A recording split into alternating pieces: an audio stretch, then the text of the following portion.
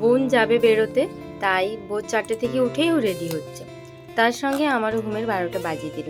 না না, আমার 4টে ওঠাতে আমার অসুবিধে নেই, কিন্তু সেই 4টে থেকে মাম্মাকে বলল, জিমু তুমি আমার সঙ্গে বেড়াতে যাবে? দিয়ে মাম্মা উঠে গেল।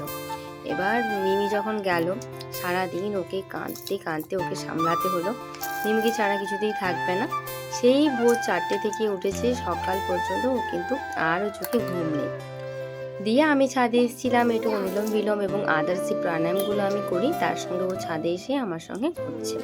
আজকের ওয়েদারটা কিন্তু বেশ ভালোই ছিল, মেঘলা মেঘলা ছিল, ভেবেছিলাম বৃষ্টি হবে, কিন্তু পরে বৃষ্টি হয়নি। আর বেশ সকালবেলা কিন্তু খুব ভালো বাতাস দিচ্ছিল। আমার গলার অবস্থাটা খারাপ হয়ে গেছে। পুরুলিয়া থেকে হলদিয়া এই যে জার্নিটা, আর তার সঙ্গে এখানকার নতুন জল, আর পুরুলিয়াতে জানো তো ঘাম দেয় না, মানে ঘামটা একদম শুকিয়ে যায়, আর এখানে প্রচণ্ড পরিমাণে ঘাম ঝরে। এর মধ্যেখানে কিন্তু মাম্মার জ্বর সর্দি কাশি হয়ে গেল এবং মাম্মা এখন সুস্থ আছে।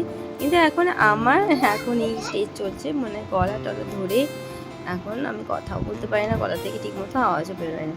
সন্ধ্যাবেলার দিকে একটু আমরা গেছিলাম কাছেই একটা ক্লাবে, মনসা পুজো হচ্ছিল। ওখানকার মতো এখানেও মাম্মাকে রোজ বিকেলে একবার হলেও বেরোতে নিয়ে যেতে হয়।